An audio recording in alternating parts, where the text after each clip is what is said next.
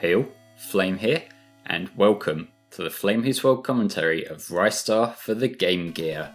I did promise this one a little bit earlier in the year, back when I did the Mega Drive version, and I am finally getting to it, because, you know, in true form, it's taken me a little while, I put it off for a bit, now I've got to it. That's usually how things go on FlameHisWorld, which I should probably work on, but we'll see, I'm getting sidetracked already. Ristar for the Game Gear is developed by an institution called Japan System House. Now, I'm not actually sure if they're related to Sonic Team or not, whether this is like a Sonic Team subdivision or whether it's just been, you know, offloaded to another company, like outsourced or whatever you want to call it. Because Ristar's credits have always been a little bit all over the place. Like, the Mega Drive version is usually credited to Sonic Team, whereas this one, Japan System House, is the only credit I could find, so that's kind of what I'm going with here. It's published by Sega, as is the Mega Drive one, so it's from the same sort of neck of the woods in the gaming industry. Probably one way to put it, I don't know. This version of the game came out in February 1995 along with the Mega Drive one. So in the same way that games nowadays, there's usually like a 3DS version of the game comes out alongside the game. Not so much now, the Switch is a thing, but for the last few years that's how it's been. Back then it was like there was a Game Gear version just to kind of, I guess, complement the Mega Drive release. Although what this does ultimately mean is this game is far more obscure than the Mega Drive version, because the Mega Drive one, it suffered a lot in terms of sales purely because the Mega Drive was sort of on its way out at that point. That was also the case for the Game Gear. But the thing is, the Game Gear had a smaller install base in the first place, so you've got a lesser known version of an already obscure platformer.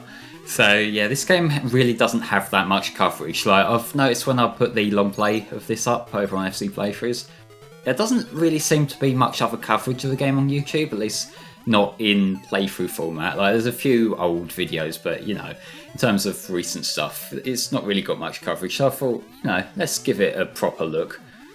And yeah, the main gameplay is very much the same. The one big difference that you notice off the bat from that first level, which was just a direct reinterpretation of Planet Flora from the Mega Drive one, is these stars that you get littered around the level. These are quite like rings or coins in Mario. They fill the same sort of role in that if you collect 100 of them, you get an extra life. Although this game, the difficulty is really low at the start and then really high at the end. It really doesn't have the fairest difficulty spike or difficulty curve, which is a shame really. I think the Mega Drive version got it balanced fairly well.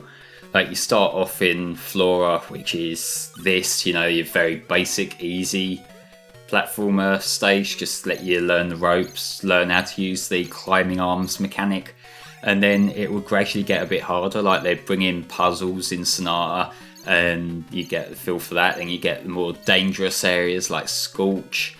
And, you know, it's just generally, it would steer up right until you get to Automaton right near the end, where they really jack it up a bit. This game does use mostly the same level themes, but it feels like some of the bosses towards the end aren't really, like, fair difficulty. Like, they get a bit more like, how the fuck was I supposed to know to do that? Which, you know, from a game design perspective, not really my thing. I prefer clear difficulty. Like, sure, I don't mind a game being challenging. I just prefer it when I have a fair chance to know that this is what I'm meant to do. This is like the end goal I'm trying to achieve. But yes, most of the bosses in this game, like the actual boss characters, are the same as the Mega Drive one. Not all of them though.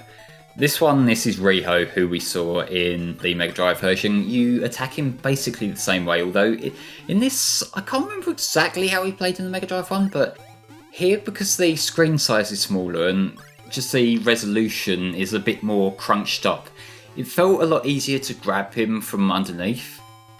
Like, I didn't really have to do anything clever or technical. I could just jump up, grab him, and then knock the bomb back. Whereas in the Mega Drive one, I remember it being that little bit more challenging. Like I would have to wait for him to specifically do his attack and then lower himself down.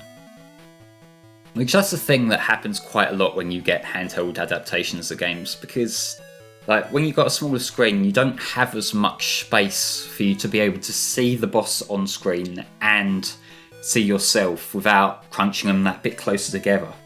So I can see why they've taken that creative liberty. It just makes it a bit easier to start with, I guess. But yes, that was Planet Flora, and what we're going to next is actually a Japanese exclusive level.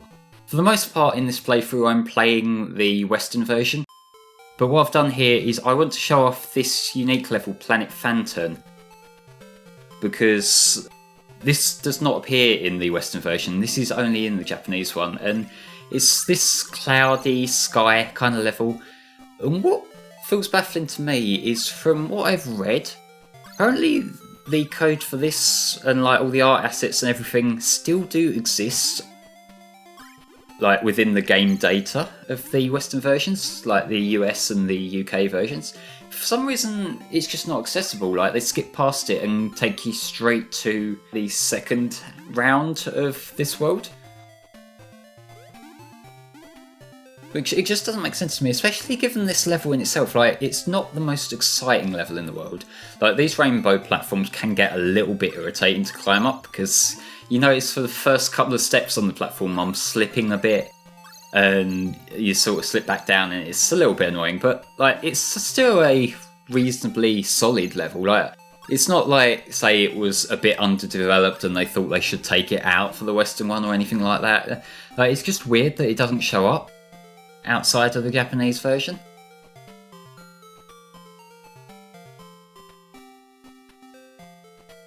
So yeah, on the whole, it's not the most amazing level in the world. It's not really that memorable. I just kind of think it does what it needs to do as a second level. It really baffles me that it wasn't left in, because the thing that happens with the US version and the UK version is, because you don't have this level in the game, the second planet, which in our version is called Planet Terra, it's just called Planet Fanturn to cover the whole thing in the Japanese one, but that only has one round when all the others have two, which is it just looks out of place, the fact that there's this level missing.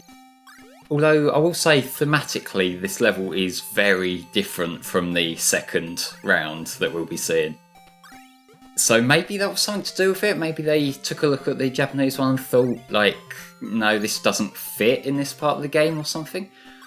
Although, then I would say that if that was the case, then they would have probably just reskinned this, because we'll see it in a couple of minutes or so. But the second act is actually just like a pirate ship. And I don't get how you correlate sky level to pirate ship, but whatever, maybe there's something in play there. We'll see a similar kind of thing where the levels don't really match up when we get to this game's Planet Freon in the second part. It does actually remind me of, I guess, Sky Sanctuary, this level a little bit, tied with a couple of the Mario Kart levels. Like, there's one in the DS Mario Kart that looks like this. And also, I suppose you could say it looks like, what is it, Cloud Top Cruise, the one from 8? Yeah, it kind of looks like that as well. So, I've seen a few levels that take that sky theme and work with it, but I still kind of think that level's okay for what it is.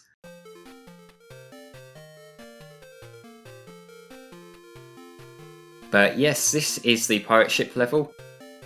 And yeah, in this version it's called Planet Terra, and the name Planet Terra actually doesn't make much sense, because all the uses of the word Terra that I've ever seen before relate to the earth or the ground, and neither a pirate ship nor a rainbow cloud level make me think of the earth. It feels like one of the things where the name doesn't really tie in to what they were trying to do with the level, or maybe the name was just pulled out of someone's arse after the fact. That was a really short level, by the way, which I'm okay with, but again, it makes it feel kind of really underplayed given how there's only one act in the US and UK versions. But this is the boss of Planet Terra. His name is Insomniac, and what he does is he throws pillows at you, then goes to sleep, and you can use his little sleep bubble things to get up to the bat, which you have to attack. That was one hella weird way of describing a boss. I don't know what the inspiration here was, but it's a boss, it's fine. You just gotta sort of attack him when he's not asleep or throwing pillars at you. And yeah, that's it. That's the end of Planet Terra. So yeah, if you imagine that without that first planet Fanturn level, you will see just how quickly that goes past in the raw, un-video edited version of this game.